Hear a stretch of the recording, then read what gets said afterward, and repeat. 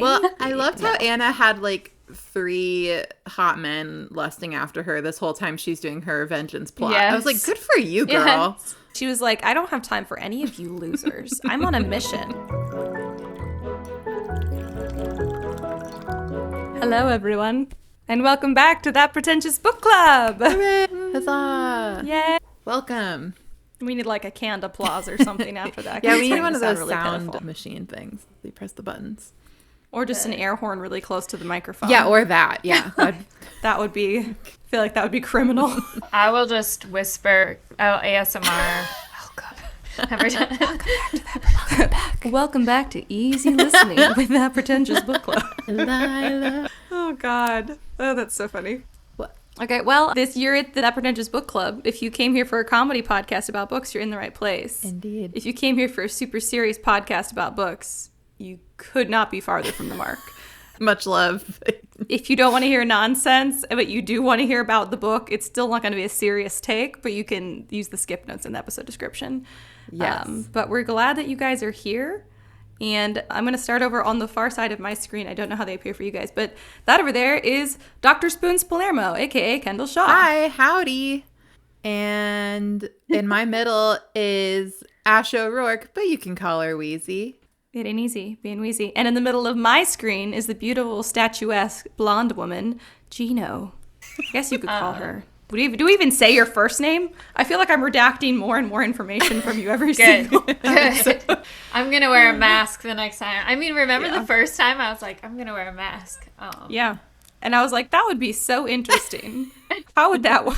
Me being fully willing to try anything. I'm also going to start using a voice changer box. I'll be like, well, for this book, I thought that. How funny would that be? That's so funny. I want to play a We game. probably honestly should have done that when we were hating on Agatha. That might have been safer. Oh, yeah. There were times I was like, is it unsafe for our faces to be online unsafe. with how... It feels unsafe with how crazy Agatha people got for a minute there. Man. I actually looked it up today. I was like, I wonder how many copies of Agatha sold. Apparently 13 million. But I don't know if that's correct. It was a very quick Google. So anyway, that's your fun fact from Kendall today. It's a super fun Really fact. fun fact. I love it. What are you drinking, Spoons? Basically a mimosa. It's champagne Oh, that's with right. Okay. orange juice in it. Well, it's like an orange mango. Juicy. Like a And like a welcome tropical to the mimosa. pod, Juicy.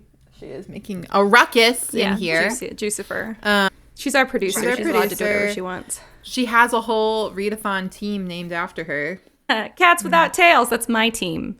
So if you guys have been itching to garner some acclaim for the fact that you read books, you guys can do that. You guys could join our readathon. It's awesome, and it's supporting my bookstore that I'm opening. So that's super exciting. And also you can crush and destroy your enemies or your friends. In this case, I'm actually crushing my friends. So anyways, me, Team just Cats enemies. Without Tails. No, Gino's like, actually, I hate it here. I hope to destroy you. Like, this is actually serious for This me. was my final plot. Yeah. This is, are you out for vengeance?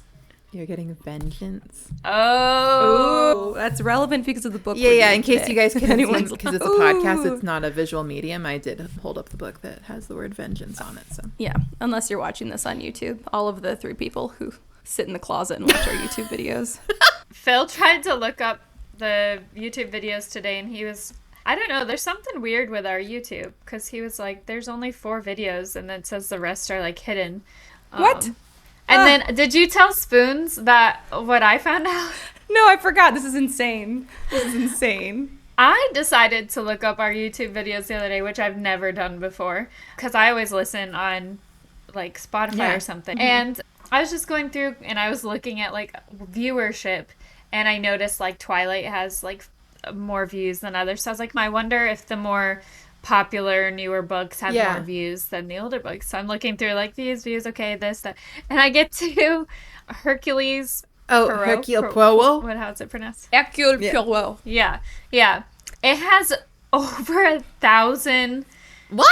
I think it's 1,000 views. It has, like, an insane amount compared to That's so weird. the other videos. She told me, and honestly, the first thing Javi said, and also my first thought was, did I flash someone? I think I would've done that. I asked her. Gino, same thought too. I was like, I was like, did someone take their shirt off in this? I hope I didn't. Was it the Christmas yeah, one? It was Christmas. Was it the...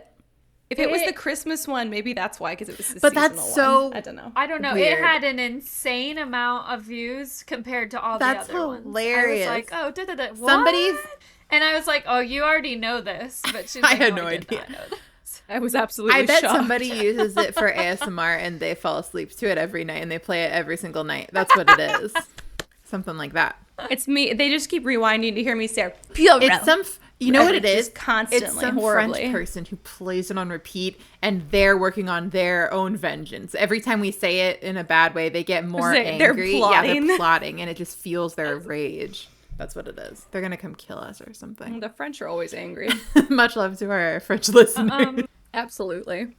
Wheezy, what are you drinking? I'm drinking. I'll just go ahead and dive into our drink early, but then I do want to ask about y'all's lives because I care about you as human beings. I am Okay. I never know what I say that's going to make Spoons laugh all of a sudden. It's always something silly and little. Anyways, I'm doing our drink for today, which I forget what was this one called? The Locomotive. The Locomotive. Right, so this is a little bit of a twist on the Locomotive because it's supposed to be made with whiskey, and ironically, I don't have any whiskey in my house. So it has rum, which actually turned out really good. So it's got, how do you say, is it Contro? We're just getting all French today. Contro? I don't know. I don't The know. orange one. The orange, yeah. The, like, orange-ish one. It's a type of triple sec. Yeah. Oh, there, triple sec. There we go. Triple sec. With lemon juice and simple syrup and rum. I think that's it. Shaken with ice, and I garnished mine with a maraschino cherry. And I did some sugar on the rim, which is pretty much quickly turned into rock candy, essentially. So if you see me in the video, like, biting sugar off the rim, that's why it's turned into candy. And it's actually super, super good. So I'm the only one who did the drink today. Yeah. Not to brag, but to totally brag. I'm so proud of myself. I mean, I did my thing where I'm like, I totally am going to do it right, guys. And then She's I like, still I don't did the quite do drink it right. today, but I did what Yeah, I you wanted always to. do your own twist on this. I always do the twist, and it's not because I'm creative. It's because I'm lazy. But today, I swear, I really thought that I had everything I was going to for say, it. it's ironic because you're always like that one because I have all the ingredients. And then you come on and you're like, so I did not have all the ingredients. Every single time. Listen, I have a few toxic traits. One of them is thinking I have the ingredients for drinks that I don't. Toxic red flag. The other toxic red flag. The other one is thinking my car is a lot bigger than it actually is, and being like, yeah, I could probably fit that in my car. Cut to me driving down the highway with an enormous dollhouse sticking out the back while the trunk flaps open and closed. Oh my God. All the way to my child's preschool, where I then left it in their supply closet until the next week to come pick it up. You're like, I'm not doing that again. So I'm nothing if not consistent. I do care about you two as humans, but I also have to put my duck away. So if you guys want to talk about your week, so I don't like Oh, yes. interrupt this. You want me to talk Hello. about me? Like, oh, Just keep going. Such a Just keep going, hardship. and I will be right back. Oh no, my life, no. Spoons, you want to tell me how your life is going? I mean, I don't, but also I feel like it's going to be more interesting. than my mine. life, I guess it's fine. It's a mess, but I enjoyed this book this week, and then also I am in the middle of the second Amari book. That's my new update, and well, I'm more like 2/3, I guess.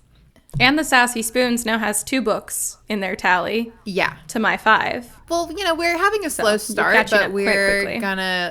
gonna catch up at the end, and then also surpass you. So I wouldn't worry too much about us. Unless the Ugly Ducklings are the dark horse in this race. They're really gonna come out of They're currently nowhere. 0 books. Yeah, you guys should totally join the read-a-thon and totally like upend all of my assumptions. Right now, though, Cats Without Tails is kicking ASS. Yeah, y'all are doing well, but like I said, we're really gonna do Doing well. well. Probably better than you, so They're probably, but you're like, listen, slow and slow steady, and steady wins wins the the race. race. Yeah, once I log that Amari book, we're gonna be closing in. So, but yeah, it's good. I'm enjoying it.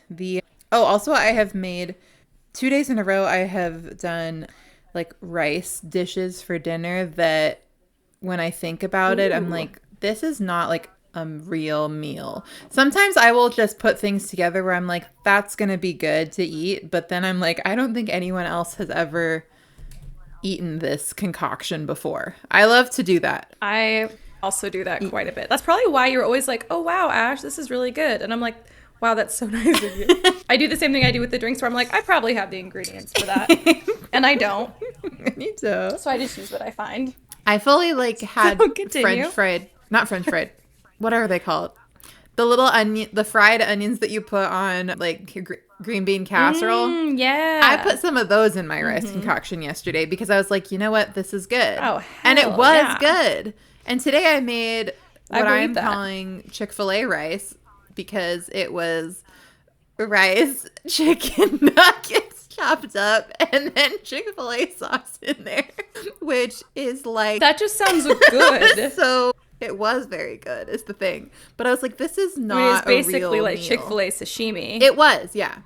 Yeah, it was. That's totally a real meal. That's fantastic. Anyway, those are my updates. Nice. Oh, and then...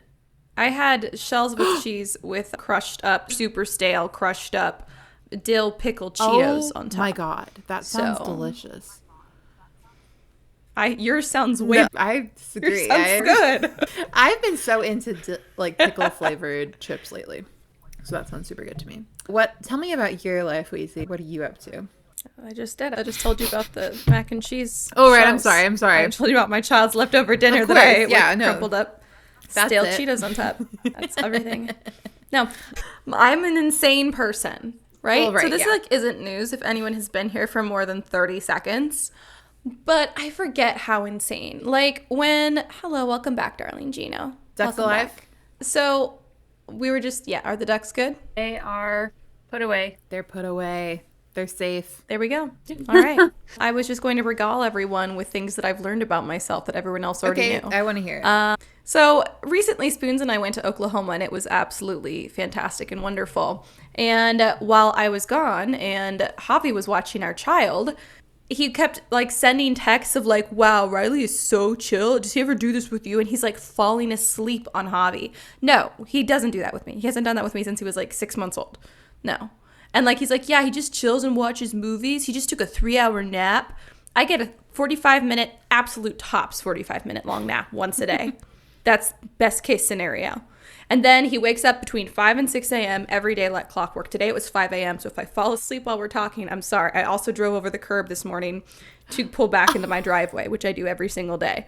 I'm incredibly tired. Anyways, see, where was I going with this? Oh, yes. So I was I don't understand how Riley is so chill with Javi and not with me. And Javi said something that I had kind of been maybe this is what it is. Because I am so busy, Riley picks up on that energy and he's I'm also going to be so busy. It's so much fun to be so busy. And I'm I need you to be so calm, though. And who is somebody else today? One of my coworkers, I was talking to her about Riley and how busy he is. And she was well, I mean, you're a pretty busy person. And I was what does that have to do with anything? And so now I'm realizing that I'm the whole problem. And it's me. Hi, I'm the problem. It's me. Hi. I'm compulsively productive and probably need to work that out in therapy. It's me. But a lot of it is just stuff that right now I'm in a rush because I'm opening a bookshop. Yay. And if you guys haven't been back to us in a while, you might not know that. If you have been, you're shut up, please stop talking about it. But I'm opening the Story Emporium and Bookshop in Hutto, Texas, which is in the Austin metro area. And it's going to be super, super awesome. And there's a whole writing center attached. And we're going to do a bunch of really cool community events D&D nights and wine and book clubs and free and low cost tutoring and stuff for all ages. It's going to be so freaking cool. And it's what I think about 99.9% of the time. But also there's so much bureaucracy involved in starting a business. And I hate to comply. I absolutely loathe compliance so much. And to apply for my damn beer and wine license, you have to get 6 other certificates that say, yes, I will pay my taxes, essentially. But to get to that, you have to file other things first also. And it's just this is insane. This is insane. Goodness. If anyone else has ever had to do this, you're also, this will be my last story because it's just absolutely insane to me that this is 2025. I want to get my freaking beer and wine license. Not even a full liquor license. Just beer and wine license. Okay, it's supposed to be the easy one. I have to print out this piece of paper that the file that they give you is literally a mosaic. You print off these 8 pages and you have to tape them together so they make one full poster. And you have to go stick it on the physical location of your business at least 60 days prior to when you plan to start serving alcohol. and you have to take a picture of it when you post it and send the picture to the office. Is that not insane? This is 2025. I was like, the bureaucracy. What an absolute waste of time. Is someone's whole job just to look at these damn pictures? They don't even have to drive out and look at it, but you're going to make me do this? This is insane. Anyways, there's so much bureaucracy involved. That one is the one that got me today. I know. For the listeners. I hate to comply. I am really freaking... I hate to comply, especially with absolutely ridiculous, nonsensical wastes of time. So wow. I wonder how Ash feels about this. Don't even get me started on deed restrictions. Oh yeah, please don't. Like we have to move past deed restrictions. I'll never move past deed restrictions. Actually, this is worse. This is worse than deed restrictions. It makes no sense You're like, to me at all. I It's the hate dumbest thing. taping. I told my mom and she was like, yeah, we had to do the same thing. They are making me print off 8 freaking pieces of paper to tape together like I'm doing a craft in a kindergarten classroom. To go put up maybe there. Like the FedEx store or Kinko's or something has big paper. And you can get it on big paper. But then they'll have to give me a different file. The file that they have up is of 8 pieces of paper. So it's like built in. Well, then you could have 8 giant pieces of paper. Yeah, really stick it to them.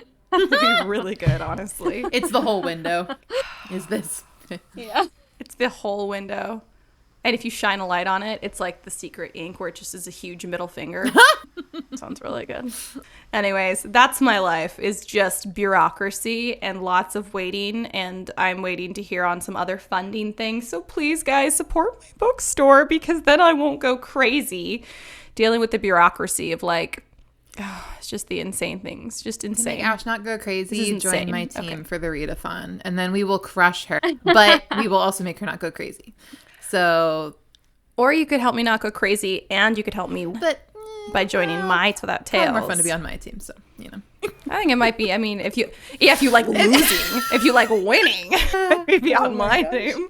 Gino's not vying for her team at all. So it's Gino, how is your life, and how do you feel about your chances of success? I thought you were going to ask me how I felt about bureaucracy and beer and wine. How do you feel about taping together 8 pieces of paper? How do you feel about to go post on a building no one's going to see, but you have to take a picture then upload it to your computer? I mean, I have the duct tape to do it, so... This is not about can. This is about should. I'm kind of like, I like taping. Oh, goodness. You're like, ooh, arts and crafts. Oh, my gosh. I thought I was trying to think of anything I'd have to say. I don't want to talk about birds. And I was like, I don't have anything. My life has been something. But I mean, it's bird adjacent, but the ugly ducklings is your team. I know. Actually, I was thinking about that today, and I was like, I don't know. How did anyone ever write that story? Because that doesn't exist. Like an ugly duckling is an oxymoron. No. I was like, I thought never about that too. Like. You were like the teenage duckling, the teenage chicken for sure. Oh, they're so ugly. They got some awkward faces. The turkey chickens, those things are hideous. Mila wants one so bad. Wait, I've never heard of a turkin. So of course she would. It is a turkey chicken. Oh my God, that's crazy. Very, very ugly. It's just a chicken, but it's like it has no feathers on its neck, and it has a really long neck. So they like. So it looks like a turkey and chicken. Had a demon spawn baby. It's real ugly. So, awesome. So what are you? But yeah. Yeah. What's your update instead of birds? You said you were. Oh yeah, I did realize. I don't know why it came to me while I was sitting here. I went to an impromptu. Well, it wasn't impromptu. I was impromptuly invited to a costume party this weekend. Oh my God, I love costume parties. And it was like 5 hours beforehand. They were like, "Hey, do you want to come?" And I was like, "Cha, let's do that." And I was cracking up the whole time because there are 2 types of people in this world, okay? One is my partner and one is me. So I was like, okay, costume party. I have a basement at my mom's house full of costumes. Like literally there's like, I was a theater kid and then I ran a theater business.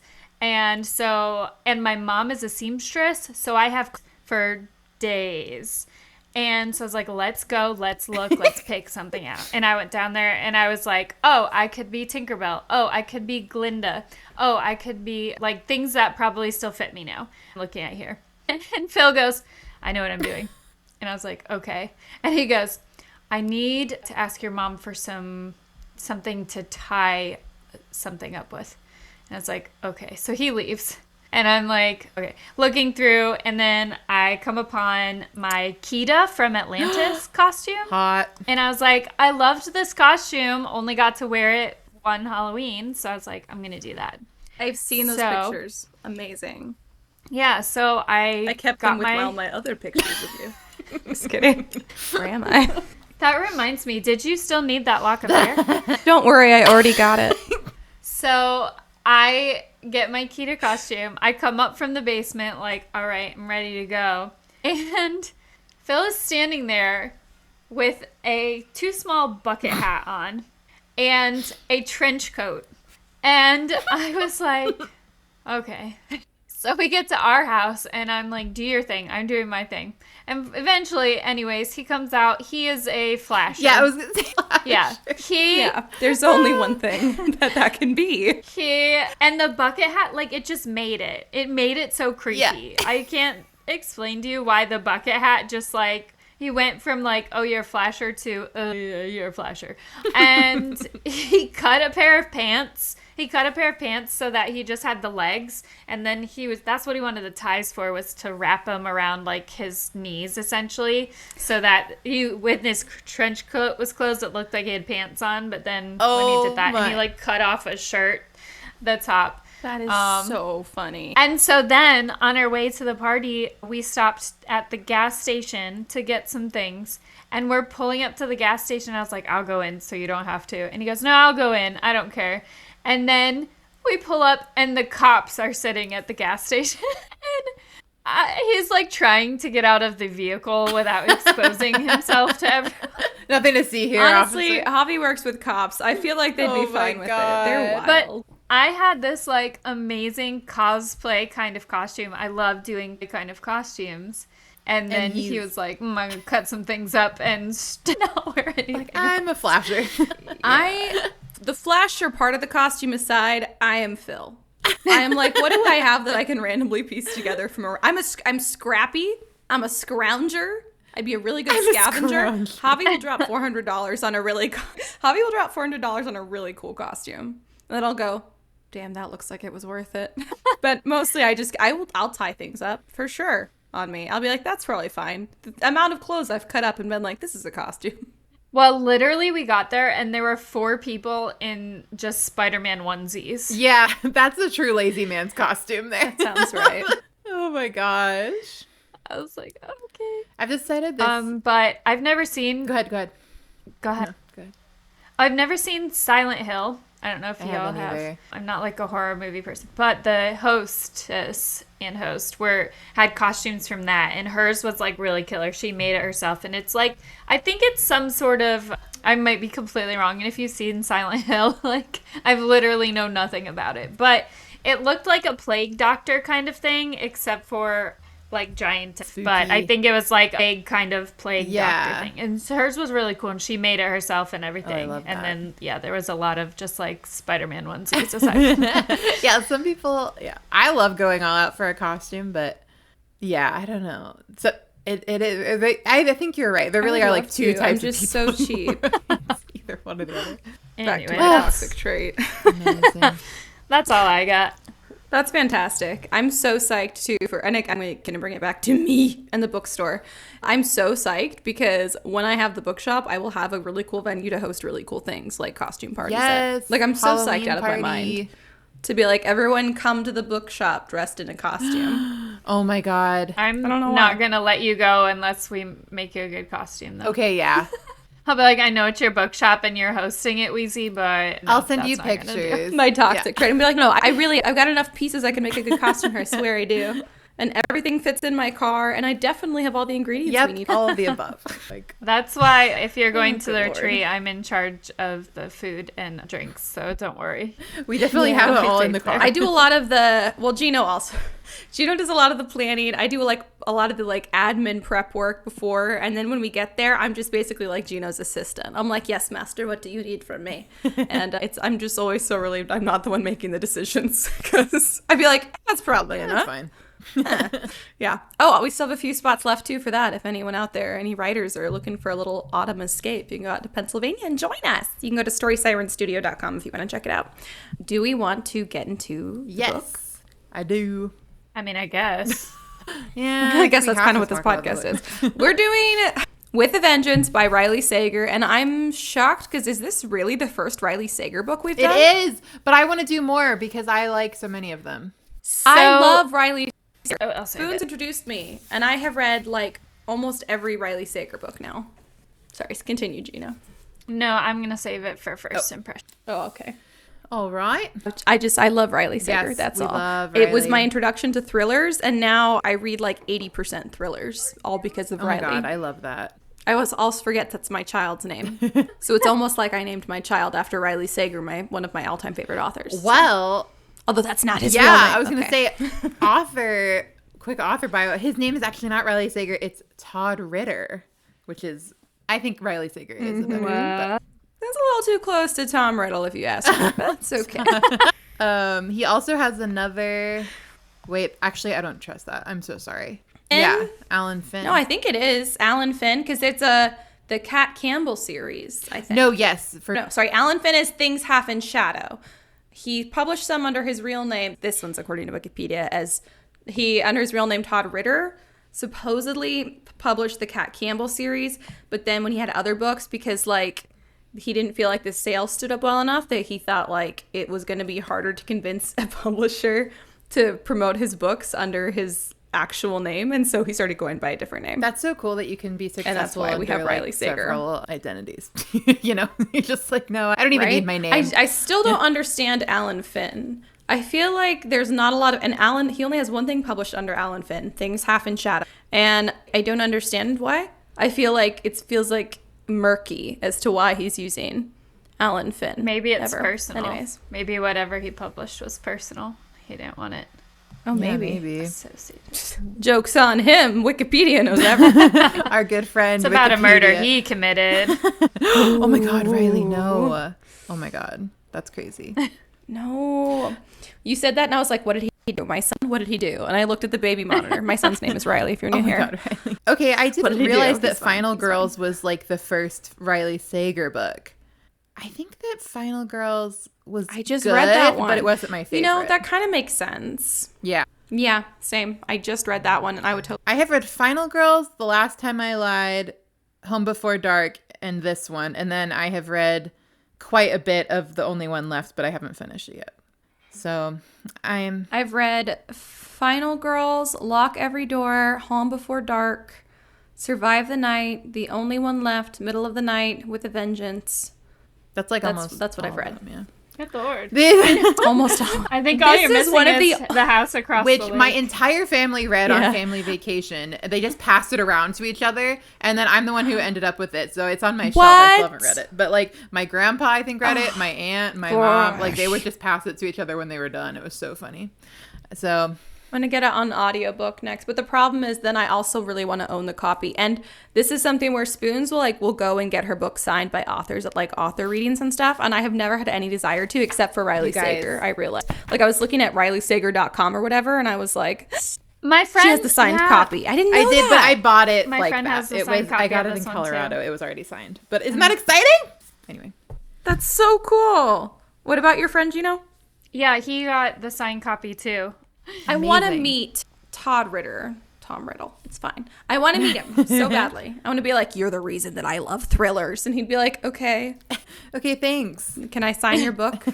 All right, get out of my line. Like, you don't understand. This changed everything. It really did open up like a whole world of fiction I never thought I'd have any interest in. And it is most of my escape is thrillers now. Oh my God, that's awesome. Thank you, Thank Riley you, Riley Sager. Sager. Thank you, Spoons, because you introduced me to You're Riley welcome. Sager. Should we do first impressions? Gino, do you want to go first? Yeah. So I saw it on the list of books we're reading with a vengeance, and I was like, no idea what this is. And when I looked it up and I saw by Riley Sager, I realized that my friend had like the day before, he's been posting things that he reads this year on Facebook with like a little review of like what he likes about it or whatever. And I just Aw, he's seen a whatever book he blogger. posted. Yeah, whatever he had posted was Riley Sager. And so I immediately texted him. I was like, what's the book you just read? And it was not With a Vengeance. But then I told him, I was like, oh, we're reading this one next. And that's when he was like, oh, yeah, I just got the signed copy of that one. So he had read 2 other books, I think, by Riley Sager, but I do not remember which ones. And the one he really liked, and the other one he was like, he said there was too many twists and turns. He's like, he got kind of over it. Like, interesting. But I don't remember which 2 they were. It was Final Girls. I don't know. It was good, but there's such like a difference in, like, you can tell there's such a difference between Final Girls and all the other ones I've read. It was good, but felt more like something by Lisa Jewell, if you know what I'm saying. Different. I do not, but I way love too many that you books. said that. Like, literally no one does. Literally no one knows what I'm talking about. Jewell Ruth Ware? than Anyone? Sager. Anyone? His early works don't represent. Well, I'm just saying. Definitely not comparable to Ware by any means. I just read 2 Ruth Ware books in a row. So I got the book immediately because the wait on how you guys always say that I'm able to get all my books on audiobook, like, so immediately. Not this one, the wait was 37 years. Not exactly, but that's what it felt like. It was like, there are 783 people in front of you. And I was like, oh, I don't have that time. So I went out and got the actual physical copy of. And hell yeah. Then I was like, oh, I can buzz through this in 2 days. And then I proceeded to procrastinate for reasons for a week and a half. And then yesterday I was like, all right, if I read 142 pages today and 142 pages tomorrow, and then I'll be good. It's fine. And so. And you did And it. God forbid. I was like, we could postpone a day. There's literally no reason that we can't. And she was like, I can't believe you would say that to me. That's the worst thing you could ever say. And I was like, I mean, we absolutely cannot. We must record tomorrow or never again. Yeah, I literally was like, do not take this away from me.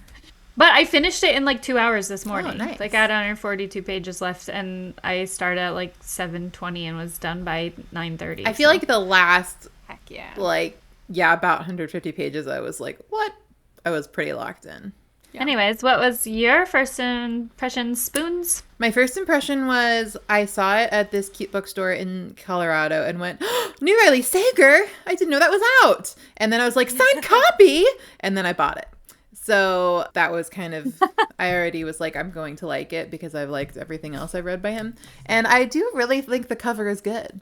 I like the big blue letters, and I like the train. And I think it's a great cover. And I like this red spine. And yeah. It is beautiful. The red spine looks really nice. I think it looks nice. So yeah, I'm a fan of that. So that was kind of my impression. I was like, yep, sounds good. I'm in. Oh, and then I was like, 1942. Actually, it takes place in the 50s. But the fact that it was like a period piece almost caught my eye as well. Because I was like, okay, interesting. Because all the other ones I've read have not really been in the past. My first impression of this was I had seen a book called With a Vengeance, but sort of like skated past it. It was just like a recommendation on Amazon or something. And I didn't realize it was Riley Sager until Spoons, I think on air in one of the episodes, was like, yeah, there's this new book by Riley Sager or whatever. It's a period piece on a train or something like that. And my brain immediately went, oh my God, it's like a Murder on the Orient Express. And it's Riley Sager? No freaking way. And I got so super excited and immediately ordered it. So that was kind of my first impression. I was very excited. Excitement. I do love Murder on the Orient Express. And the movie that they did recently, I guess, I don't know if it was that recently now, but the newest movie as of 2025, I don't remember what year it came out. Yeah, it was like good. I enjoy it. It was like 3 or 4 years ago. I love all the and it's really good Poirot movies that are coming out. I can't wait for the next one. I do too. I'm like, he can But Murder on the Orient Express, like, I'm gonna watch anytime it's cold outside. I'm like, time to watch Murder on the Orient Express. I have like beef with Murder on the Orient Express, which I know is unfair, but I'm like, it's not fair that everyone did it. That's not fair. That's a cop-out, Agatha. It pisses me off. But I know somebody had to do it. You know, might as well have been Agatha, but it makes me mad. I'm like, that's not fair. How am I supposed to guess that? You know, but. Ever since Murder on the Orient Express, whenever I read a thriller where it's obvious someone has been murdered, I'm like, what if everyone did it? It never would have ever occurred to me if not for Agatha Christie. She did it once, and it's going to stick with me forever. I love when we read murder mysteries because I love getting Wheezy's takes as they go along. I knew exactly where you were going with that. I had this friend, this is like off on a tangent, but not. Y'all read Aragon? I have not, but I know. Okay. About it. I'm sorry I never read Aragon. I know everything that happens in Aragon. Okay. I'm going to tell Lacey she's going to be at the retreat and she's going to be disappointed. I'm sorry. But it's fine. She's on my team anyways. Yeah. So we were watching the movie, the Oh So Great movie, which, by the way, they're making another movie or TV series or something, and Christopher Paolini actually has, like, hands on the script. So, like, he's the one, I don't know if he's actually writing it or he's making, like, all the edits to it and stuff. So, he was homeschooled. Yeah, and it shows. He wrote a friggin' dragon. We're not book all that's weirdos. Star Wars. Like, yeah, when he was like 16. Obviously, he was homeschooled. Yeah, he was very successful. Oh goodness. But so you watched the first movie, which, by the way, I watched the movie before I read the book, and I really liked the movie. So if you watch the movie with absolutely zero context about the story of Aragon, it's really good. I like that Jimmy from Downton Abbey is it's a letdown. Anyway, sorry. Oh, yeah. So we were watching the movie, this friend who had never read the books, I was watching it with her. And I just remember at one point she yells out, like, oh my gosh, Sophia has a baby and the baby's name is Eldest. And like, because the second book's Eldest. And I was like, no. Like, it's the farthest thing from anything. So it became like anytime someone made this, like, jump the shark, you know, these like wild, well, I guess that's not, but like whenever anyone guesses that are like extremely inaccurate, like, Sophia had a baby and its name was Eldest. That's what I think of now when you're like, oh, this happened. I'm like, I love that. Gosh. Start saying that. That is wild. Oh my God, Sophia had a baby and his name was Eldest. It's like literally not, nope, not That's even. Not it. Nope. Not even a little bit. Oh, that is so funny. My brother-in-law is rereading the Aragon series now, or reading it for the first time. It really is making a comeback. Like, everyone's rereading it right now. I'm rereading it because I want to read the Murtagh book that he released like last year or something. That's why people are into it again. Do we need to read Aragon on the pod? Let's do it. I want to read it. What else are we going to take? We'll deal with this later, but what else are we going to bump off? Well, see, you just read it, so you don't have to read it again. So you can have like a break. Okay. Or Spoons and I can just do an episode. Or it could be Spoon's solo episode, and I just am like, of course you can if you want to. Or it's just Spoon. Like that one time that I did a totally solo episode on The Woman in the Window, which is an incredibly unremarkable thriller. Thank you. I think about that sometimes, and I'm like, I really just talked to myself for an hour and a half, and honestly, it was enjoyable. I listened to the whole thing, that's how lots of people do solo podcasts. Yeah, you did great. No notes. I totally like bailed on you, so it was very bad of me and good of you to do it. It was awesome.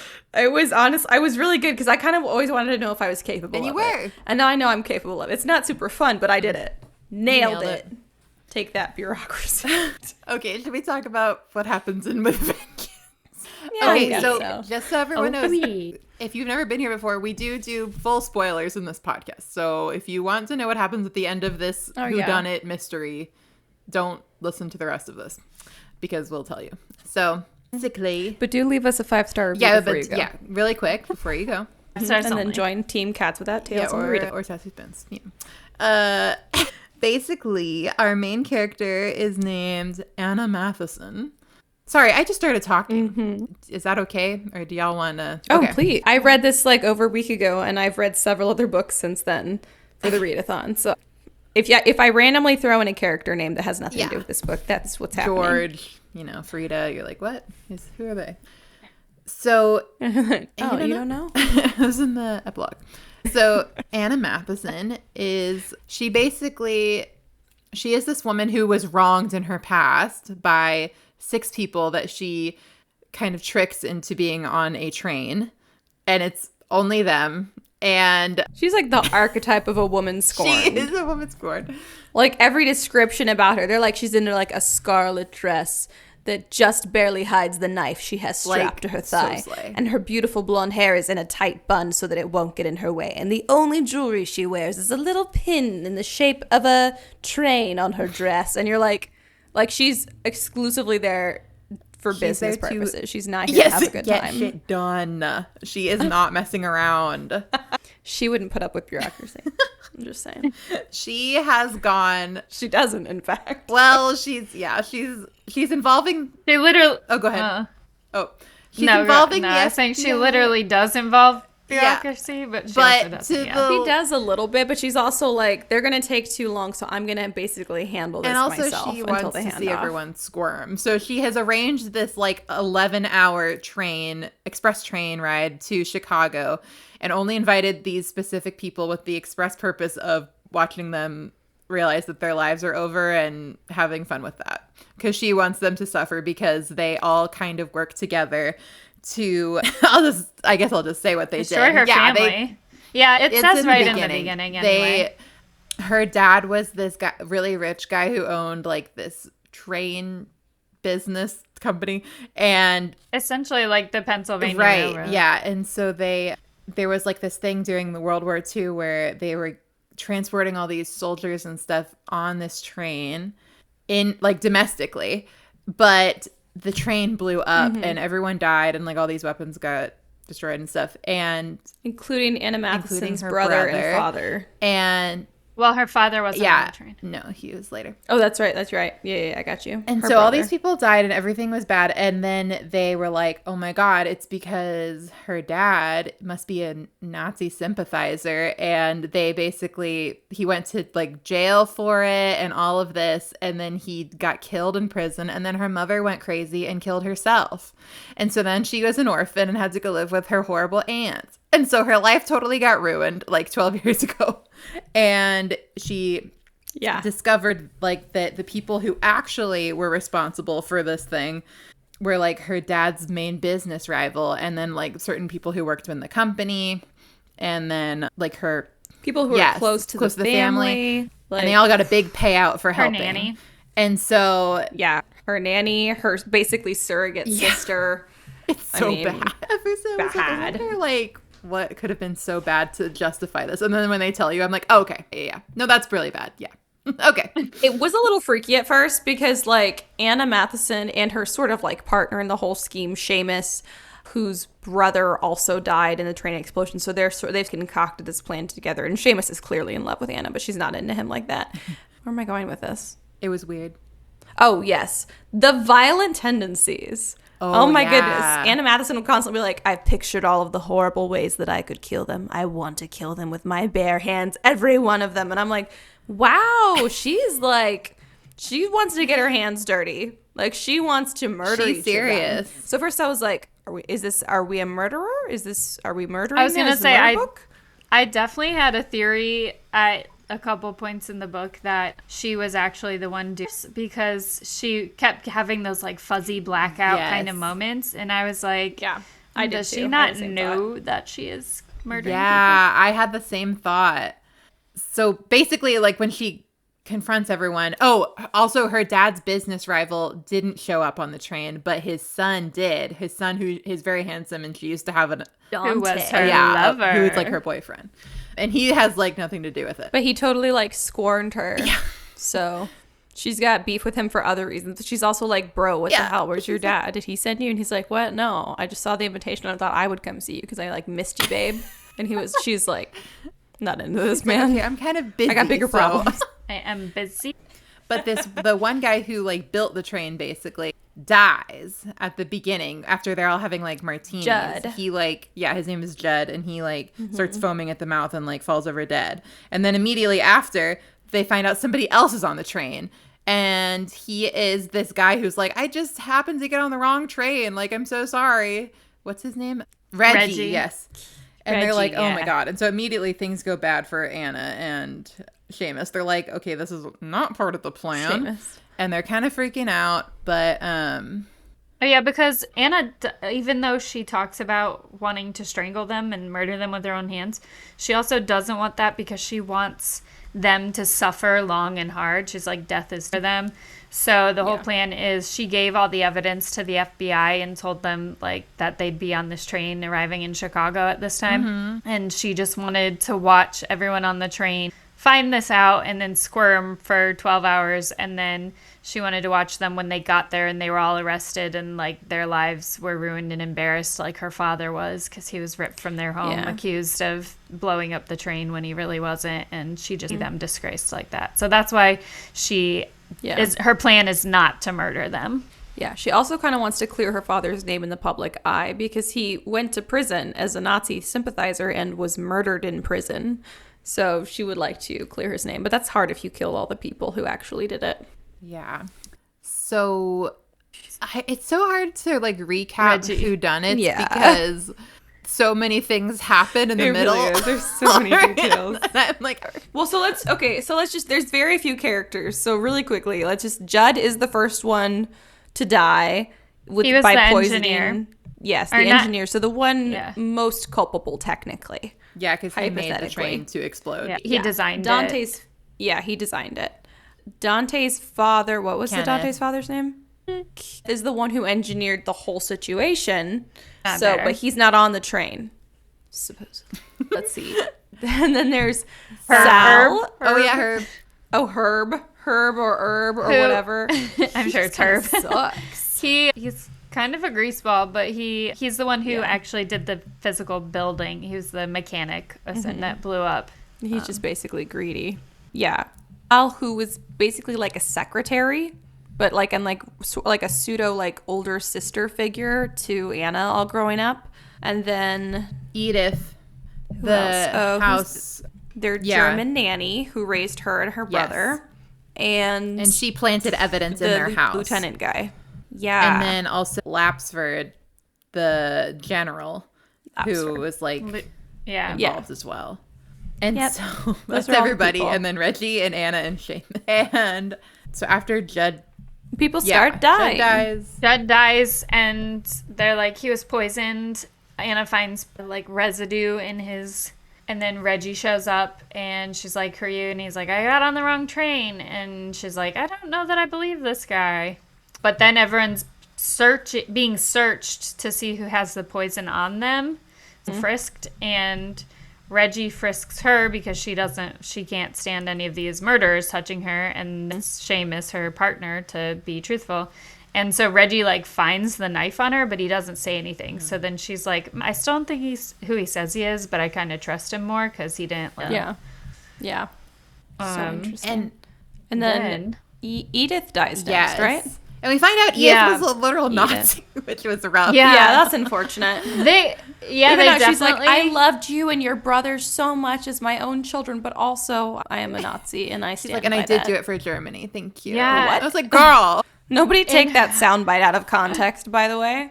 No one take that soundbite. In her, that was a quote from the character Edith. Oh no, we're canceled. Wait, what sound? Oh my god. In her opening chapter, Edith like kind of ends the chapter with like, but I knew one day I'd have to choose. Like, I moved to America and I knew one day I'd have to choose, and when I did, I knew where my allegiances would lie, essentially. And it leaves it very like the first chapter of hers cliffhangery of like, well, which is it? Is she like rooting for America now, obviously, or Germany? And then when right before she dies, she's like, no, I love y'all, but gotta do it. I mean, we're better. Like, we're better than everyone else. Yeah, that was crazy. She does. Although she does have a moment when she's basically being murdered where she's like, maybe I made a mistake. Yeah. And that's she's like, I thought we were better, but also why didn't I go back home then? But, yeah, if it's so much better. She's like, well, maybe I actually threw away like the family that I loved and the children that I saw as my own children for this ideology, and actually none of it was actually worth it. It was a huge and then she's dead. She's murdered. That's rough, buddy. She's strangled. She got strangled. Yeah. Well, no, she's not strangled. Yeah. She's suffocated. It's made to look like she's strangled, which earlier Anna had lost her temper and like started strangling Edith. So it's kind of made to look like Anna did it. And you mentioned her aunt earlier, Spoons, that she went to live with, and you're like, her horrible aunt. I kind of like her aunt. Well, she was okay. She's not like tender loving. She's like the aunt in Little Women, at least in like the Broadway musical version. Oh my god. Where she's like kind of awful, but like there's a logic to it. Like she's trying to toughen Anna up, basically. Yeah. She's like, you need to learn self-defense. You need to not flinch. But it sounded like and she was doing like her own investigative work. And she immediately Mila just made me watch Enola Holmes, and that's who she reminded me of, is the mom in Enola Holmes. Oh yeah, I've seen that movie. Yeah. Because she was like, I have not. I'm going to teach you how to do all these things and kick butt. Interesting. And not cry. And the aunt is the one who was doing the investigative work. And we find out that Dante had collected a bunch of evidence and sent it to her aunt. But that's basically how, like, Anna got started. Like, she had not, like, figured out any of this on her own. She was just like, well, now that the information has been given to me by my now dead aunt, I'm going to basically take all of my inheritance and all the money I have to book the train that used to be my father's and concoct this whole revenge scheme. I was so gagged when I found out that Dante was the one who had sent all the info. I loved that. I know. I was like, he is so charming, unfortunately. You know, it's like, oh, okay, fine, you got me. He really is. I loved him just like casually playing the piano whenever everyone's like freaking out. Honestly, he was like one of the only like charming men. Even like Reggie was just like too suspicious to be charming, and all the other guys were just kind of a-holes. I loved Reggie though. Like, but there was a small part where I was rooting for Reggie, like just a very small. I was like, oh, okay. I thought he was so cute. Okay, I can. Yeah. There's a really short moment where I was like, is he gonna be like the hero of this whole thing? No, no, and I was like, no. That was like a full like 30 seconds of like maybe. Well, I loved how Anna had like 3 hot men lusting after her this whole time she's doing her vengeance plot. Yes. I was like, good for you, girl. Yes. Like, and she really did not give a shit. She gave like a tiny shit about Dante, but that, I mean, barely. She was like, I don't have time for any of you losers. I'm on a mission. Like, she just could not have cared any less. Yeah. That's crazy. So then Edith dies, and then we also, I don't remember exactly when, but we find out that Reggie is... Go ahead. Oh, yeah, he's in the FBI. No. So he kind of... It was not an accident. He happened upon the train on purpose. Yeah, he was like, me. And I was loving that. And then there's just a lot of like... Oh, then Herb starts freaking out because he's like, they're going down the train. He's like, the first person's room is Judd's, and then this next is Edith. He's like, I'm next. And Anna's like, be quiet and go to your room. Shut up. You're fine. Go to your room. I'm not going to my room. And if you try and make me, I'm going to slit your throat with this bread knife. I'm already in my room. Cute. But then, he does get his throat slit in his room. Like, Seamus is standing outside the door guarding it, and then they see trickling out, and they burst through it, and they're like, well, he's dead, and how? And they're like, someone must have climbed through the window. Yeah. And this is when suspicion starts to turn towards Anna, because not only did Herb had just held her at knife point, essentially, it's like trying to convince her that he was going to be the next one killed, and he almost slit her throat, and then he died by his throat being slit, and we know Anna has a knife on her. And when she was looking at the window to try and figure out how somebody could like crawl on the outside of the train, they found her little like lapel pin, the little train pin that used to belong to her something on the ground. And so they're like, Anna, how did this get in here? And anyways, she's very clearly being framed, obviously. But that's when suspicions start to turn and be like, well, maybe it was Anna, which is when I was the least convinced that it was Anna. I agree. Well, it can't be Anna. Yeah. Oh, no. Too much evidence points in her direction. The whole time, though, she was really fixated on our lieutenant. I don't know. I never once was like, I was like, no, I never did either. Not at all. She was so fixated It was, on him. it would have been too obvious. Like, I don't know, because he was such a jerk, you know? So it was like, okay, well, it's not going to be him. And then it's never the jerk. So that's why, like, for a brief moment, I was like, oh, I really hope Dante doesn't have anything to do with this. And then when I was like, yeah, I thought either. Then I didn't suspect him as much. I was really proud of myself, you guys, because my main suspects were Seamus and Reggie the whole time, and I was right. Spoiler alert for the end, but yeah, Whoa. I was really proud. Although I did obviously flip-flop somewhat. I was like, well, maybe Dante's involved. I don't know. I suspected Reggie pretty soon on. I didn't suspect Seamus for a while. I just really didn't want to suspect him. I was so sad. It was very clearly like I am choosing to be blind because I feel affectionate towards him. Van Helsing. I do not see it. I cannot. I don't know what you're talking about. Maybe instead of recapping the murder mystery books from now on, we'll just recap who we thought it was over. Like, well, at first I thought it was this, then I thought this, then because this. I was totally... Honestly, yeah. I mean, that's basically what reading them is like. Okay, I was surprised by so many things, though, because I didn't expect Jed to be the first one to die. And then I also didn't expect Lapsford to last the whole time. Like, Yeah. I also didn't. I was also surprised. Although Judd was not the first one to die. That's true. Because he was not turns out dead. he faked wasn't his dead. death. Turns That out it was so fake. satisfying. He faked his death. Sal also, spoiler I suppose, faked her death. Also, we found out she's lesbian. Or bi. I don't know. Okay, I don't think that was though, I clarified. felt from the beginning. I was like, immediately from the beginning. I also was like, not surprised. Yeah. Like, I didn't feel it from the beginning, but I wasn't surprised at not all. surprised. No, like, And the I felt moment she came like up. Anna was being so dense. Sal was like, she had some line where she's like, no man could have done blah, blah, blah. And I was like, it was a woman. She's lesbian. Yeah. Like, and Anna was like, whatever could she mean?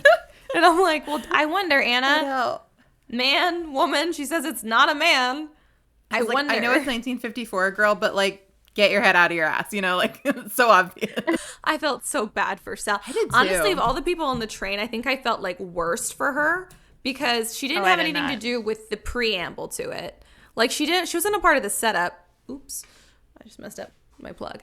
She wasn't a part of the setup. She was part of covering it up. And I felt like she was, I mean, obviously it's still not, you still can't condone it. But I feel like she was in like a harder spot than the others were.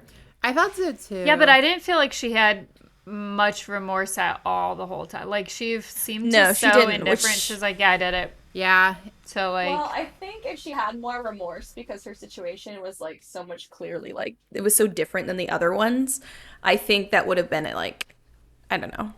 I feel like maybe Riley wanted us to hate all of them a little bit.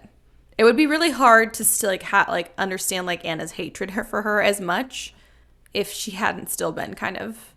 Yeah. I don't It know. has also been like 12 years and she's like a heavy drinker, I think, she's like numbed all of her thoughts about Sure. it. And she spent all of the money on like cosmetic stuff and trying to look young and hot and Anna's like, and it didn't work. made obviously no efforts towards amends. And it's like, and you're still ugly, bitch. Yeah, she's also made no efforts towards amends. Yeah, suck it, Sal. Yeah. And then she's the next one who's found dead? Judd is refound dead. Yes. Because they're like, wait, he's the one killing people.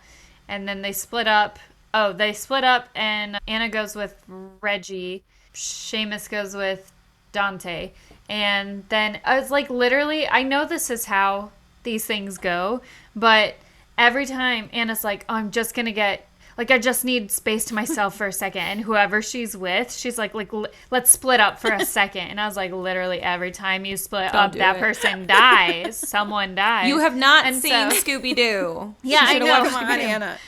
So she's with Reggie, and she's like, you go ahead. I'll be right there. And then all of a sudden, there's noises or whatever. And she finds Reggie stabbed, not dead, out. And he's like, Judd stabbed me. He's alive. And they were like, I damn knew it. immediately. then That they really find Judd, sealed but it he's- for me. I was he's like, dead, okay, though. you liar. Like, there's no way. I was so mad at him. I was like, I also was I like, was rooting for you. I don't think so. Yeah, I did have questions at that point.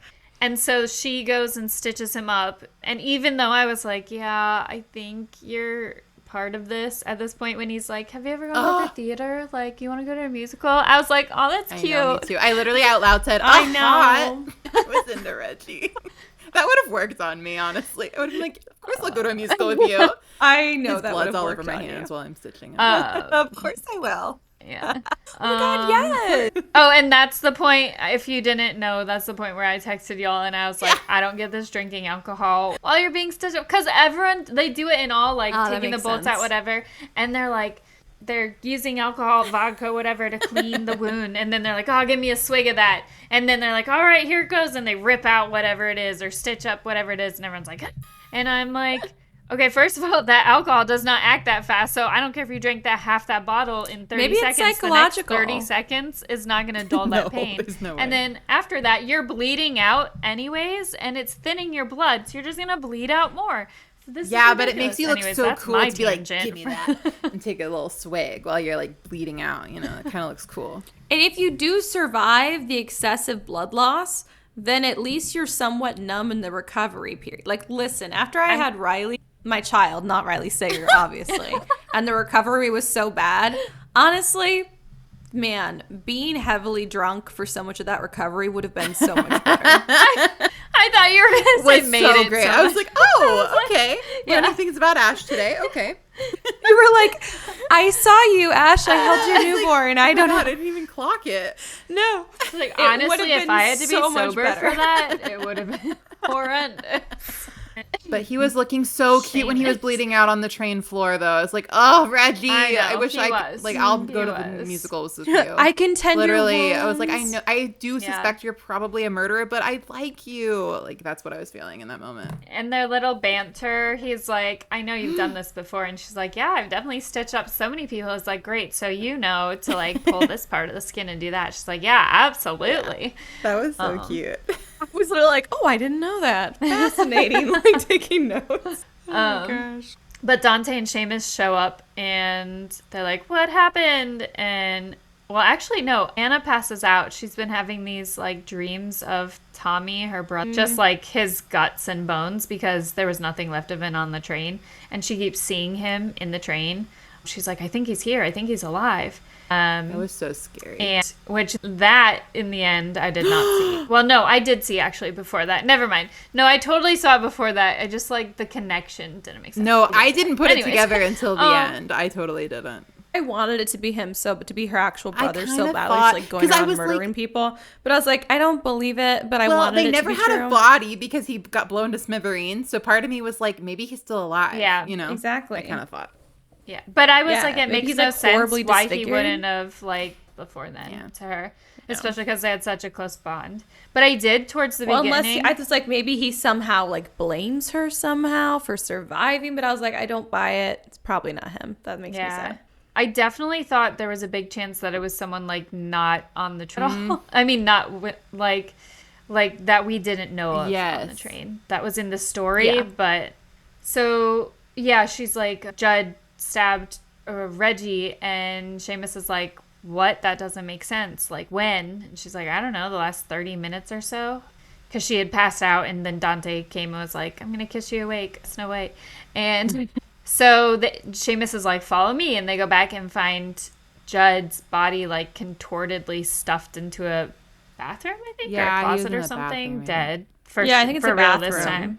Because Dead isn't he for like real this over a time. toilet or Yeah. something? Some are being like, Oh, yeah, there's no yeah. dignity in that. No dignity.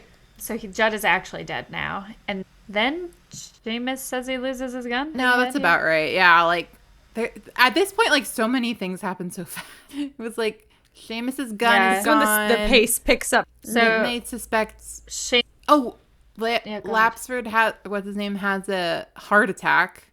heart attack. Yeah, Sal is dead. Like everything is happening. Or at by once. the way, and he earlier had a heart attack Yeah. that was fake because he was trying to get her to stop the train. Yeah, but this one. And now he has appears a to heart be attack real. that they think is for real. It appears to be and real. And then Sal gets yes, shot. it's like crazy all at once. Right in the noggin. Because Anna was like, go to your room again. And I was like, quit putting people in their Everyone rooms. gets killed in their room. It's literally the least safe. Let's split up and everyone go to their rooms. And it's like, literally, don't split up. Literally, everyone dies in their rooms. We need to like everyone just sit all in the be same together. room. Let's have a little circle, a little campfire. Just go to your room where it's very clearly safe. The evidence shows there's an excellent track record of you totally staying alive in your room. Then Then oh, sorry. Well, then she accuses Dante of everything. And she like blows up at him basically, and it's like this whole thing, and she's very upset. And Seamus is yeah, like, and then they tie him up in because his he's been very room jealous the whole time. with his ties, and Yes. Seamus is loving so it. he can be murdered. Right? I was like, okay, now we're just leaving Dante out to be murdered because no, at this point I'm like, well, he for sure didn't Yep. do anything.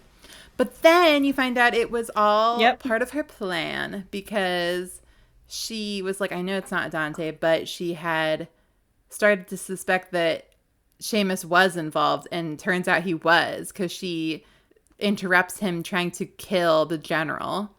And then he's like, okay, yeah, you got me. Also, I'm dying. Also, I'm in love with you. And I'm going to jump off this train right now. And she's like, what? And he's like, well. He's like, here, take my gun Yeah. first. It's like, yeah, I did kill. And then he jumps. And then she's like, oh, he's like, basically she says she'll never forgive him for this. And she's going to turn him in, which I was like, don't It's like, don't turn him in. Like, you could just right now Maybe be like, don't. listen, you shouldn't have done that, but I'm not going to turn you in and let's just stop now. But she was like, no, I'm definitely going to turn you in. So he jumped. She was like, wait, he only said he killed... Oh, no. I know There's something. another killer. Yeah. Revelation. Ooh. And it turns out the other killer is Reggie. So he... And Sal wasn't dead. She faked Sal it. faked it. Everyone's faked faking their it. deaths on this train. I was loving that. Honestly, so clever. So Reggie's dad... Very possum-like. This is a possum book. Yes, it's a possum book. The possum train. The possum train.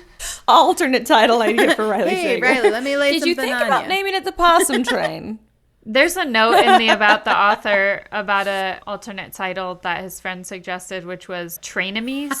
Like, I like Trainamies. It's good. It's no Possum Train, but it's good.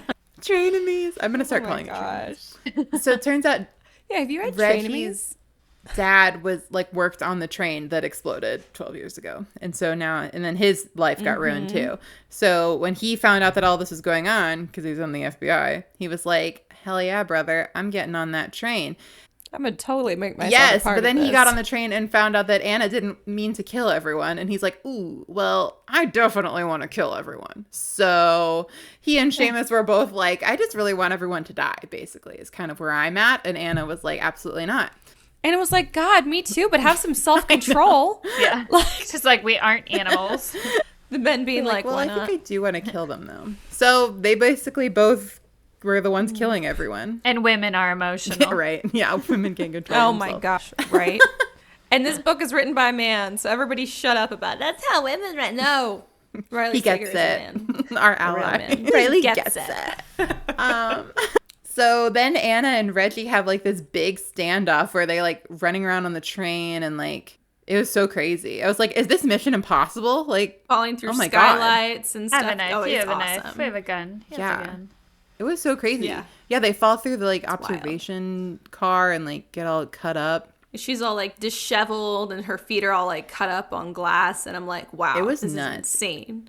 And then they're running through all the cars, and then they get to where the conductor is, supposedly, that she had originally told, don't stop for any reasons, don't even open the door. She's like, it's Bert, who I really trust. He's this super trustworthy conductor guy, and he's not going to stop till we get to where the FBI are waiting.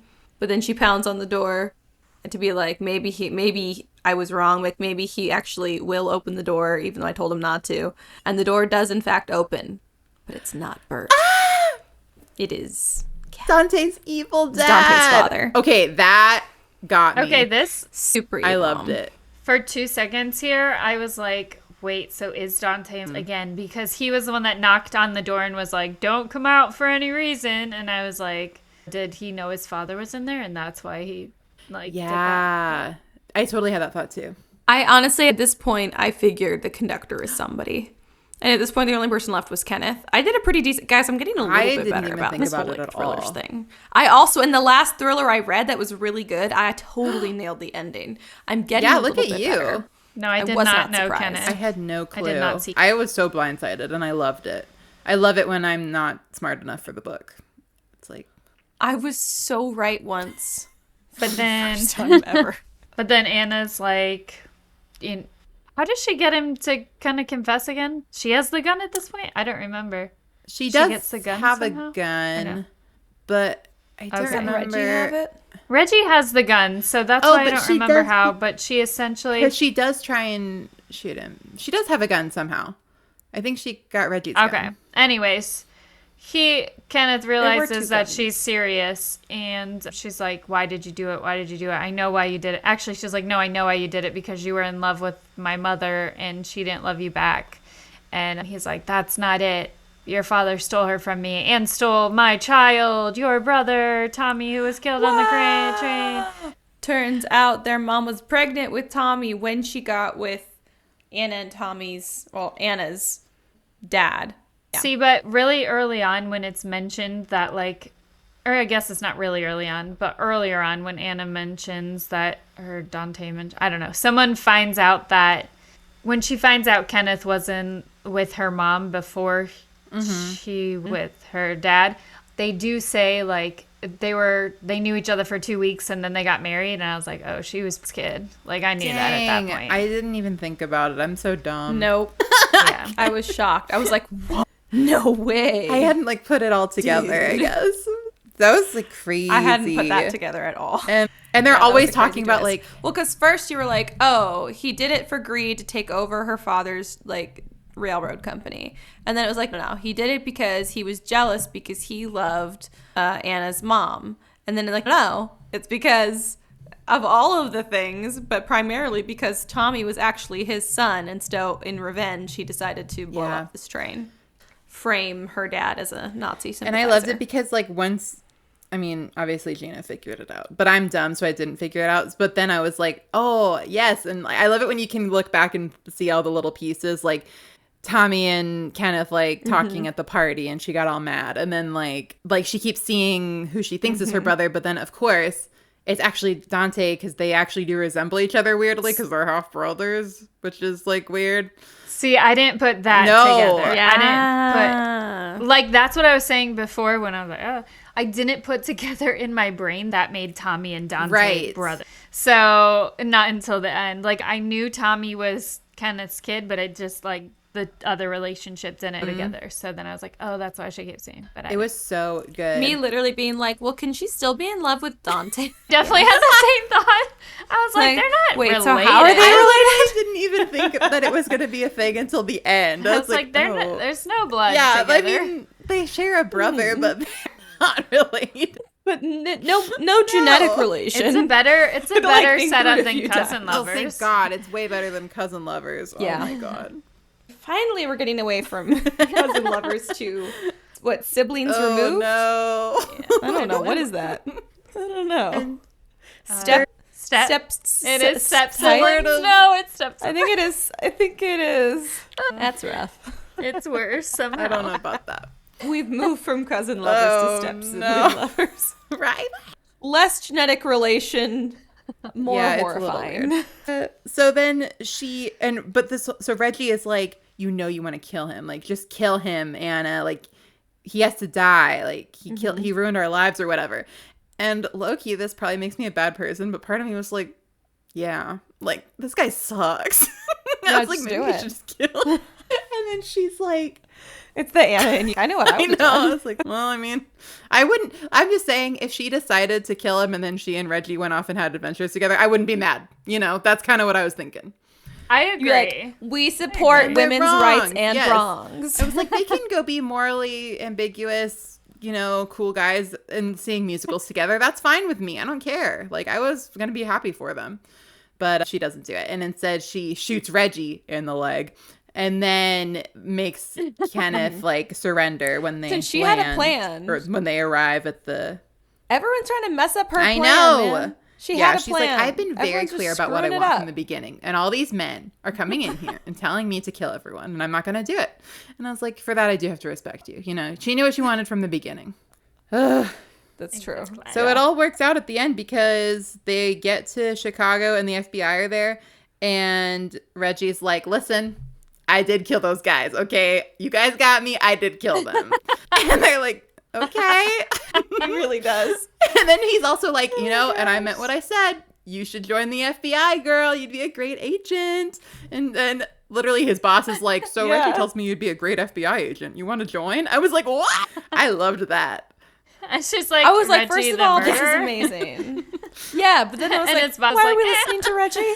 In my brain, Reggie gets out for good behavior in like 5 years, and then Reggie and Anna become like FBI partners together. I mean, they wouldn't hire him again, but he can be a contractor or something, something like that. I feel like Anna's just gonna hate him forever. I don't feel like they have like even like a friend. He got her a job at the FBI. Like a thorn in her side. He can't follow her instructions. Kind of. Because his boss had really weird judgment and was like, yeah, I'll listen to this murderer. Well, okay. They made a good team, is what I'm saying. Like, I guess. Whatever. I think she and Dante made a really good team. I was sad about Dante. But they're sort of like a, will they, won't they sort of Well, at the end, they were kind of... It was leaning heavily towards they no, won't. They were like, we can't. Like, she's like, well, we'll just be friends. And then he was like, well, I guess my life is going to be over now because my dad is bad. And she's like, oh, sorry, dude. Been there. But, at least she's going to be there for him. Well, when he was she's like, well, he would tell me stories about my brother, and that felt weird. Like, he didn't know he was his brother his whole life, and he's like a grown man now, and he's been dead for quite some time, and it just felt like, I don't feel like I would feel much connection to this person. I would still want to know, though. like, I'm like, if you were like my, I don't know, relation, I guess, but I don't know. Mm-hmm.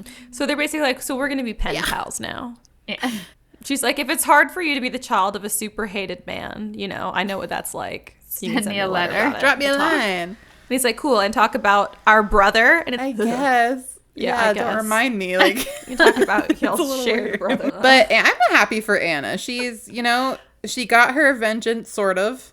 And now has a cool, she has prospects. She can live her life. She doesn't have to be bogged down by this anymore. Good for her. She found her calling. Yeah. She had a mission. She was focused. She was not going to be deterred. That's true. There were a couple bumps in the road, but everything else went pretty much to plan in the end. Aside from a couple murders in there that she hadn't planned for. Just a few. I mean, she got half of her people there. 3 out of the 6 she wanted to that's put pretty in good. jail. Yeah. Feels like when I'm raising baby chicks and I'm like, most of them made it. Feels like a win. 50-50, not bad. Not bad, not bad. Too true. I literally ended up with 10 of the 20 birds that I got last time living. Sounds about right. You're like, yeah, 50-50 is not bad. It's been worse. She's like, a couple raccoons got in the train, but other than that, we did pretty okay. And other than that, pretty good, actually. I think it went pretty well. To fail to plan is to plan to fail. So that's with a vengeance. Good for her. Good for everyone, except for everyone who died. Excellent. Snaps all around. That was interesting because it's the only Riley Sager period piece, as far as I'm aware. I don't think. And it was a multiple POV thing, which I feel like most of them that I have read have not been. It's been one. It's a good. Yeah. I don't think. Yeah, I think you're right. I don't think they're usually multiple POV. I liked it. Interesting.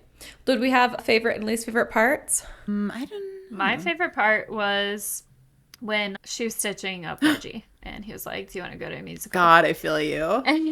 That's so cute. That. And then my least favorite part, the description of her trying to climb out of the train to chase after Reggie, just because, I don't know, it was 2 or 3 pages of. It did not fit in the rest of the book for me aesthetically. I feel like he's trying to convince you. No, she could have totally done this. Yeah, exactly. In a snowstorm.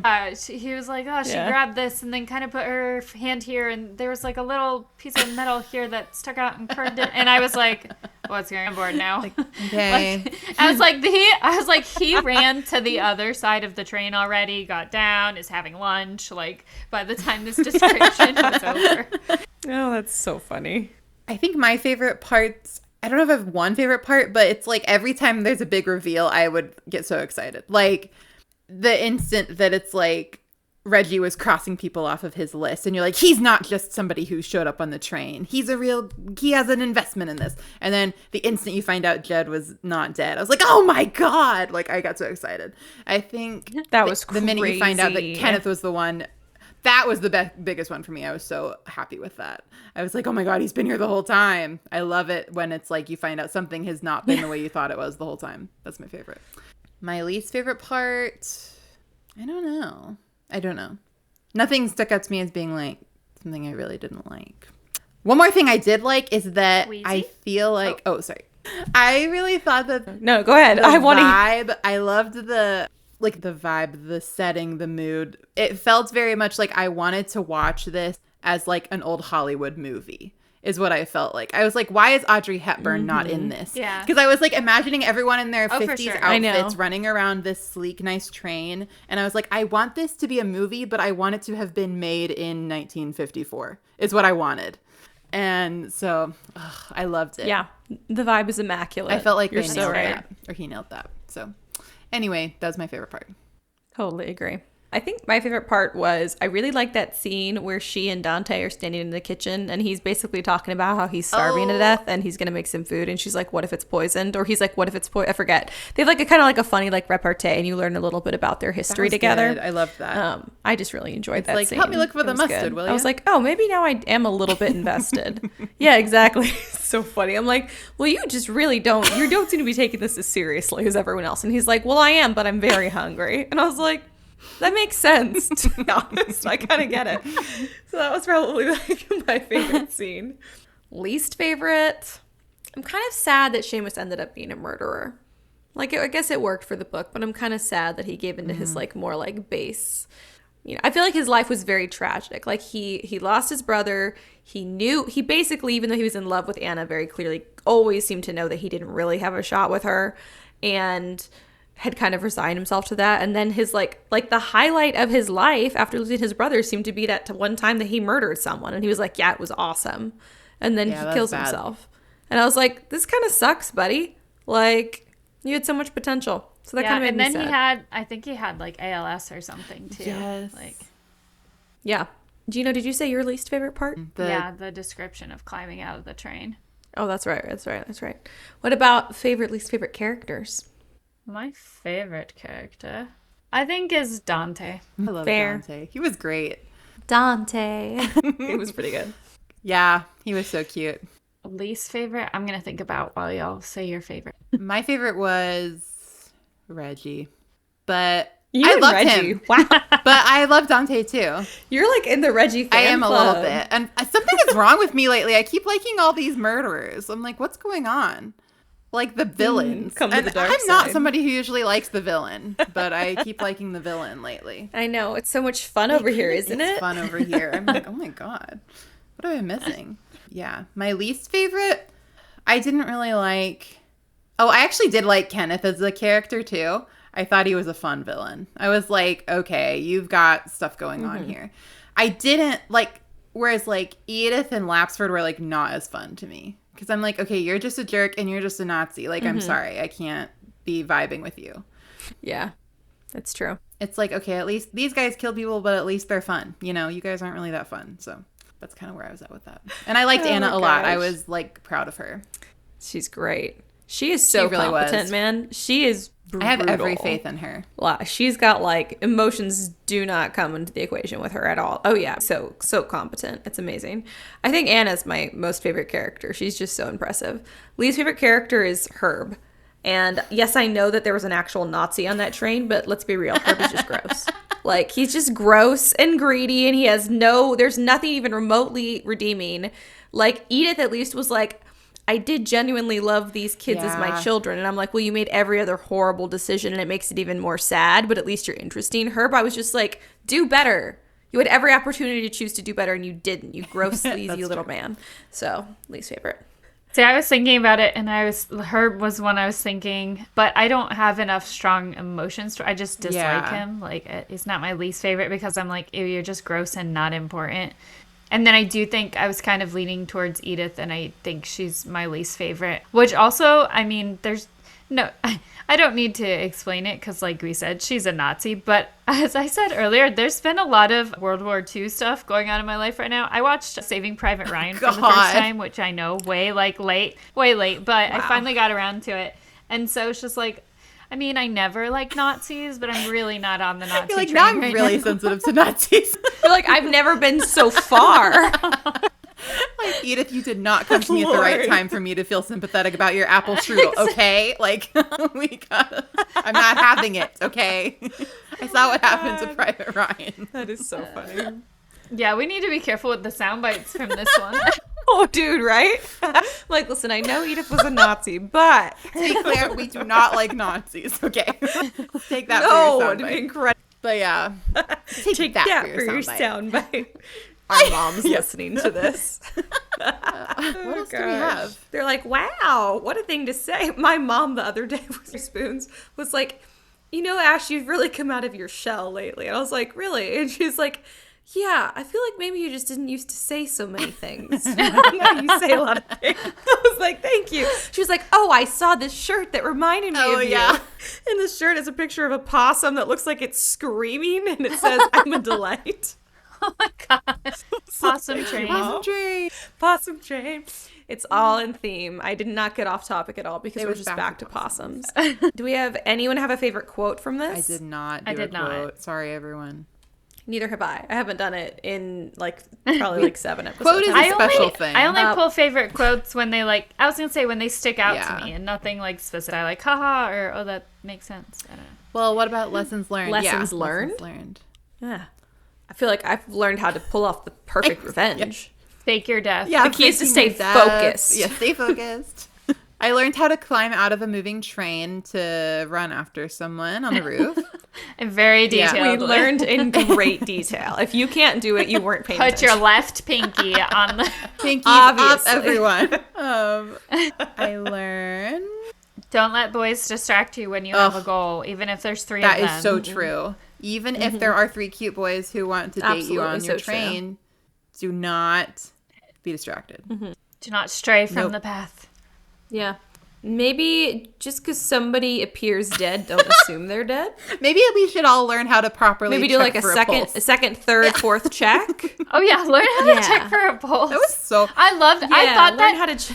I thought that when Seamus checks the general's pulse the second time when he's having the heart attack, and he's like, "Oh, it's like pacing. That's crazy." I was like, "Okay, we already established you don't know how to check a pulse, so why are you checking the pulse again?" Oh, That's true. But I mean, in that sense, we'd also learn how to more authentically pull off we a fake did, heart attack. It's true. It's to run in I like place how much part first. of it was cardio, and the other part was they were like, Anna also badgered him with a lot of questions to raise his heart rate. Yeah. Yeah. okay, really quick. Sorry, I just remembered this. Whenever it was revealed that Seamus had muscle relaxants, I kind of thought maybe and I think that maybe my timeline was off, but I was still trying to piece things together. But I was like, did he work with Judd to make it seem like he was dead? I don't know. I was trying to figure that out. Oh no, I had that thought real quick Okay. too. I'm glad I wasn't the only one. Interesting. See, once again, But that was not what happened. But I thought maybe. I was like, Didn't even maybe occur to they're me. in on it together. Anyway. Yeah, I had a little thought. So, Interesting. yeah, we learned a lot. How many pinkies? I learned so many. Yeah. Pinkies up. How many pinkies up? I'm giving it 3.75 pinkies up. Okay. Do you want to justify? Well, That's it. I Okay. thought it was really good and I enjoyed it. It wasn't my favorite Riley Sager book, but I still think 3.75 is a good rating. It's for me it is, you know. I agree. I would maybe read it again. I enjoyed it. I would recommend it to people, but it wasn't my favorite. Yeah. Yeah. I give it 3.5 pinkies up. Nice. Would you like to justify your rating? Because I know you struggle with ratings. No. It is what it is. Not at all. It stands. I felt it in my I give soul. it 4. I give it a solid Nice. 4 pinkies up. I would read it again.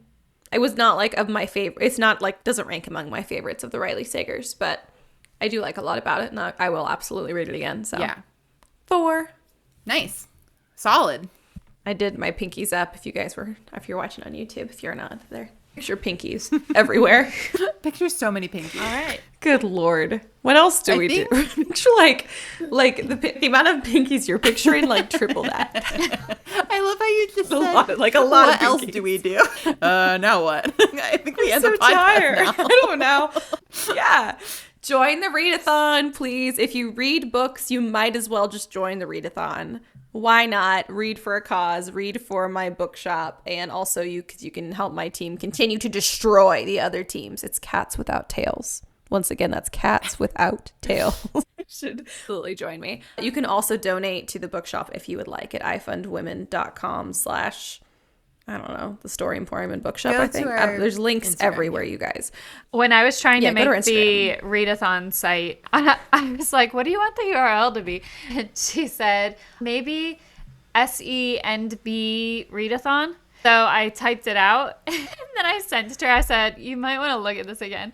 So if you type in SE, the and sign, and then B, Read-A-Thon, it looks like Essie and Bread-A-Thon. Yeah. I was like, delicious. Bread-A-Thon might also work. Sign me up for the Bread-A-Thon. If you guys want to eat a crazy amount of bread while you're reading, I will not judge. Mm-hmm. Yep, that's what I'm for. I'm here for the Bread-A-Thon. Yeah.